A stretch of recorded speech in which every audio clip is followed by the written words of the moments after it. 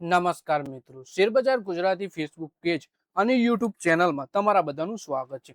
મિત્રો, આજે આપણે વાત કરવાના છે એવા શેર વિશે જે શેરમાં બ્રોકરેજ હાઉસના અનુસાર નક્કી 50% જેટલી તેજી આવી શકે છે. તો આ કયો શેર છે અને કયા બ્રોકરેજ હાઉસે કેમ ખરીદીની સલાહ આપી છે, એના વિશે આપણે તમામ માહિતી ડિટેલમાં જોઈશું. તો આ વિડીયોને તમે પૂરેપૂરો જોજો. સૌથી પહેલા મિત્રો વાત કરીએ, દરેક કંપની ક્વાર્ટરના પરિણામો રજૂ કરી રહી છે. સાથે જ રોકાણકારો માટે કોર્પોરેટ એક્શનની પણ જાહેરાત કરવામાં આવી રહી છે. આ બધી વચ્ચે ગોદરેજ એગ્રોવેટ લઈને આઈસીઆઈસીઆઈ સિક્યોરિટીઝે પોતાનો દ્રષ્ટિકોણ રજૂ કર્યો છે. આ શેરને ખરીદવાની સલાહ આપી છે અને શુક્રવારે શેરમાં લગભગ 1% તેજી જોવા મળી હતી. એટલે કે કંપની છે ગોદરેજ એગ્રોવેટ અને બ્રોકરેજ હાઉસ આઈસીઆઈસીઆઈ સિક્યોરિટીઝે રિપોર્ટ બહાર પાડ્યો છે આ શેર વિશે. સાથે ખરીદવાની સલાહ પણ આપી છે. શુક્રવારે આ શેર 1%ની તેજી જોવા મળી હતી આપણને. તો વધારે માહિતી આપણે ગોદરેજ એગ્રોવેટના શેર વિશે જોઈએ. બ્રોકરેજ હાઉસે શું સલાહ આપી એ જોઈએ તો આ સપ્તાહમાં આવેલા રિપોર્ટમાં આઈસીઆઈસીઆઈ સિક્યોરિટીઝે બાય રેટિંગની સલાહ આપી છે. 900 રૂપિયાનો ટાર્ગેટ નક્કી કર્યો છે.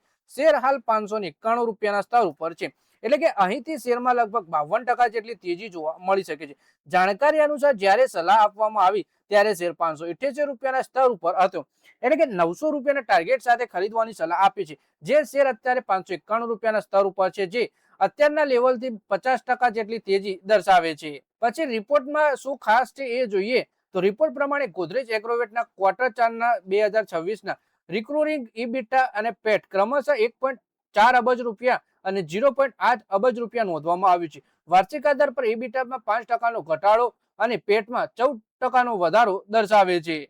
એનિમલ ન્યુટ્રિશન અને ફૂડ સેગમેન્ટમાં મજબૂત વાર્ષિક સુધારાએ પાક સંરક્ષણ અને વનસ્પતિ તેલ સેગમેન્ટમાં નબળાઈની સરભર કરવામાં મદદ કરી. પાક સંરક્ષણ વ્યવસાયનો ભાગ એસ્ટેક નાણાકીય વર્ષ 2025માં 61 કરોડના નુકસાનની તુલનામાં ક્વાર્ટર દરમિયાન હકારાત્મક એબિટા નોંધવામાં સફળ રહ્યો. FY26માં એસ્ટેકનો એબિટા હકારાત્મક રહ્યો હતો. પછી વાત કરીએ કે આગામી 12 થી 18 મહિનામાં કંપનીના પ્રદર્શનમાં મજબૂત તેજી આવવાની શક્યતા છે. એનિમલ ફીડ અને વેજીટેબલ ઓઇલના કારોબારમાં મજબૂતી યથાવત રહેવા, એસ્ટેકમાં રિકવરી અને ક્રોપ પ્રોટેક્શન માટે સારી એપ્લિકેશન વિન્ડોથી કારોબારને સમર્થન મળવાની આશા છે. બ્રોકરેજે બાય રેટિંગ જાળવી રાખ્યું છે અને 900 રૂપિયાનો ટાર્ગેટ નક્કી કર્યો છે. FY27 થી FY28ના EPS અંદાજમાં અનુક્રમે 3% અને 2%નો ઘટાડો કરવામાં આવ્યો છે. એનિમલ ન્યુટ્રિશન અને એસ્ટેક સેગમેન્ટ માટેના અંદાજમાં વધારો કરવામાં આવ્યો છે, જ્યારે ક્રોપ પ્રોટેક્શન સેગમેન્ટ માટેના અંદાજમાં ઘટાડો કરવામાં આવ્યો છે.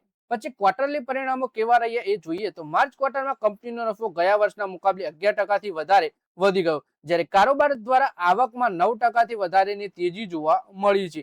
કંપનીએ ગયા પૂરા નાણાકીય વર્ષનો પ્રોફિટ રેકોર્ડ નોંધાવ્યો અને કારોબારી આવક 10,000 કરોડ રૂપિયાથી પાર પહોંચી ગઈ. કંપનીની આવકનો લગભગ અડધો ભાગ એનિમલ ન્યુટ્રિશન સેગમેન્ટથી આવે છે, જે ગયા વર્ષે 18%ના વોલ્યુમ ગ્રોથ રહી, સાથે 10% એબિટા નોંધાયો. જોકે ક્રીમલાઇન ડેરી પર દૂધની કિંમતો વધવા અને ગત વર્ષે થયેલા માવઠા અને બદલાતા મોસમના કારણે ક્રોપ સેગમેન્ટ પર અસર દેખાઈ.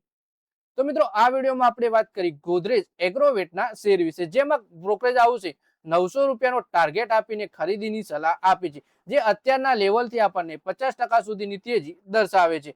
તો મિત્રો, આ વિડીયોમાં બસ આટલું જ. હવે મળીએ આવનારા વિડીયોમાં. ત્યાં સુધી વિડીયોમાં લાઈક કરો, કોમેન્ટ કરો અને વિડીયો પોતાના મિત્રો સાથે ફેસબુક, ઇન્સ્ટાગ્રામ, વોટ્સએપ બધી જગ્યાએ શેર કરો. શેર બજારની આવી જ માહિતી ગુજરાતીમાં જોવા માટે તમે ચેનલને સબસ્ક્રાઇબ કરી ઘંટડી દબાવી દેજો અને આપણા ફેસબુક પેજને પણ ફોલો કરી લેજો.